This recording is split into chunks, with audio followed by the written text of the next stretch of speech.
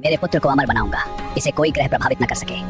रावण ने 9 ग्रहों को यानी 9 ग्रहों के देवताओं को बुलाया और उनसे आदेश दिया कि तुम सब मेघनाद की जन्म कुंडली में अपनी अनुकूल स्थिति ले लो। 9 ग्रह बाध्य थे रावण की शक्ति के सामने, लेकिन शनिदेव ने थोड़ा खिसक कर ऐसी स्थिति ले ली जो मेघनाद के लिए अशुभ थी। रावण को पता चला, उसका क्रोध भड़का। इसी बीच देवर्षि नारद वहां पहुंचे। नारद मुनि जो अपनी चतुराई के लिए प्रसिद्ध हैं, उन्होंने रावण की प्रशंसा की। वाह रावण, क्या पराक्रम है, तुमने नवग्रहों को पीठ के बल लिटाकर पांव के नीचे रखा है, सच में तुम महान हो। रावण फूला नहीं समाया। नारद ने आगे कहा, लेकिन रावण, असली विजय तो तब होती जब तुम उन्हें छाती के बल लिटाते। पीठ पर तो कोई भी पांव रख सकता है, असली शक्ति का प्रदर्शन छाती पर होता है। रावण के अहंकार को यह बात लग गई। उसने 9 ग्रहों को पलटवाया पीठ से छाती पर, और उसी पल शनिदेव की दृष्टि सीधे रावण के चेहरे पर पड़ी। रावण समझ गया, शनि ने उसे देख लिया था। क्रोध में आकर उसने शनिदेव को एक छोटी अंधेरी कोठरी में बंद कर दिया, ऐसी कोठरी जहां रोशनी तक नहीं थी। शनिदेव जो तीनों लोकों में विचरण करते हैं, वो एक राक्षस की कैद में बंद थे। वर्षों बीते। फिर एक दिन लंका की गलियों में एक अजीब आगंतुक आया। वो आया था माता सीता की खोज में। हनुमान, महाबली महावीर हनुमान। जब हनुमान जी अशोक वाटिका में माता सीता से मिलकर वापस जाने लगे, तभी उन्हें एक आवाज सुनाई दी, एक करुण पुकार अंधेरी कोठरी से। हनुमान जी उस दिशा में गए और वहां उन्होंने देखा शनिदेव को कैद में। शनिदेव ने हनुमान से कहा, हे पवन पुत्र, मुझे इस कैद से मुक्त करो, रावण ने अन्याय किया है। हनुमान जी ने शनिदेव की बात सुनी। उन्होंने अपनी विशाल फूट से उस कोठरी को तोड़ दिया। शनिदेव मुक्त हुए, लेकिन अब एक अजीब स्थिति थी। शनिदेव धर्म से बंधे थे, उन्हें हनुमान जी पर साढ़े साती डालनी थी। वो बोले, हनुमान मुझे क्षमा करना, धर्म के नियम के अनुसार मुझे तुम पर साढ़े साती डालनी होगी। हनुमान जी मुस्कुराए और बोले, ठीक है, आओ। शनिदेव हनुमान जी के सिर पर बैठ गए और तब हनुमान जी ने भीषण युद्ध शुरू किया। वो पत्थर उठाने लगे, पेड़ फेंकने लगे, राक्षसों को मारने लगे। शनिदेव सिर पर बैठे बैठे हर जोर से कराहते रहे। हनुमान जी के अटल शरीर पर शनि का कोई असर नहीं था, लेकिन हनुमान की मेहनत का दर्द शनि को हो रहा था। शनिदेव ने हार मान ली। हनुमान रुको, मैं तुम्हें छोड़ता हूँ। हनुमान जी रुके। शनि ने कहा, तुम अजय हो, तुम पर मेरा कोई असर नहीं, एक वरदान मांगो।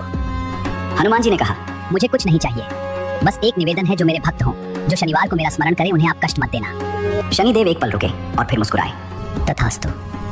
दोस्तों, इसीलिए आज भी शनिवार को हनुमान जी की पूजा होती है और माना जाता है जो हनुमान जी का भक्त है, शनि की साढ़े साती उस पर अपना पूरा असर नहीं दिखाती।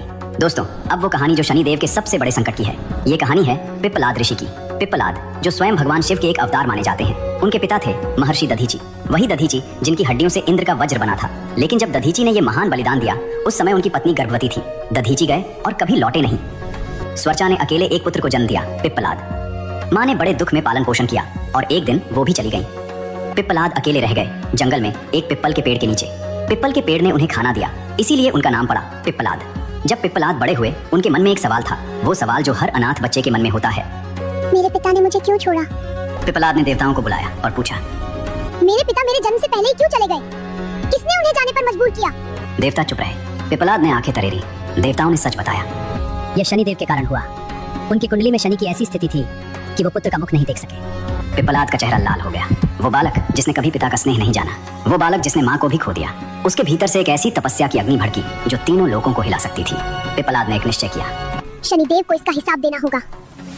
लेकिन शनिदेव से लड़ना कोई साधारण काम नहीं था।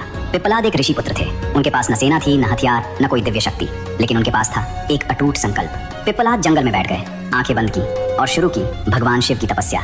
ऐसी तपस्या जो वर्षों तक चली, कठोर, अटल और असहनीय। न गर्मी की परवाह, न सर्दी की, न भूख प्यास की, बस एक ही ध्यान, शिव शिव शिव। जब भगवान शिव प्रसन्न हुए तो उन्होंने पिप्पलाद को दिव्य शक्ति और आशीर्वाद दिया, और उसी आशीर्वाद के बल पर पिप्पलाद पहुंचे ब्रह्मा जी के पास। हाथ जोड़कर मांगा, प्रभु मुझे चाहिए ब्रह्मदंड। ब्रह्मदंड वो दिव्य अस्त्र जो स्वयं ब्रह्मा जी के पास है, जिसके सामने कोई भी शक्ति टिक नहीं सकती।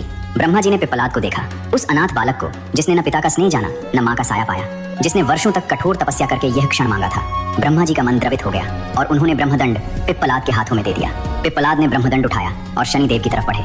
शनिदेव ने देखा, यह कोई साधारण ऋषि नहीं, यह वो बालक है जिसके जीवन में उनके कारण अंधेरा आया था। पिप्पलाद ने ब्रह्मदंड से शनिदेव पर प्रहार किया, एक भयंकर प्रहार। शनिदेव घायल हो गए। तीनों लोकों में कंपन हुआ, देवताओं में हाहाकार मच गया और शनिदेव घायल, पीड़ित जाकर छिप गए उसी पीपल के पेड़ के नीचे, उसी पेड़ के नीचे जिसने पिप्पलाद को पाला था। देवता दौड़े ब्रह्मा जी के पास, प्रभु शनिदेव घायल है, अगर वो नहीं रहे तो ग्रहों का संतुलन बिगड़ जाएगा, सृष्टि अव्यवस्थित हो जाएगी।